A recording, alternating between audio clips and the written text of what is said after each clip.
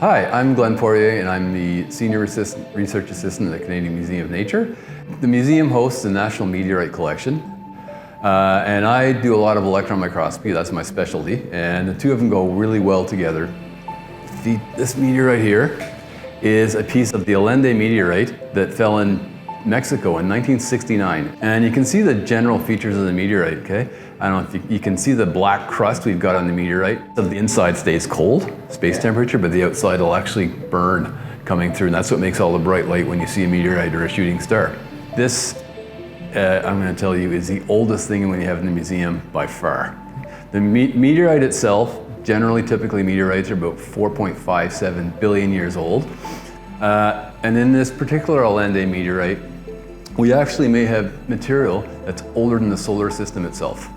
Allende is what's called a Carbonaceouschondrite, and it's very, very rich in carbon. But the important thing about this is that it's classified as a meteorite that's seen very, very little alteration since the birth of the solar system. So this formed shortly, almost one of the first things to form in the solar system.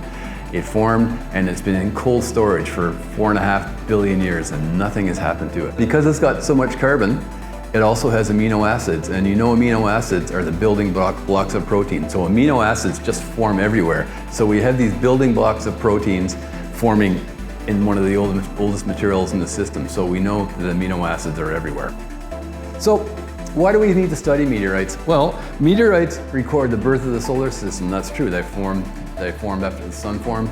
They show what the solar system is like.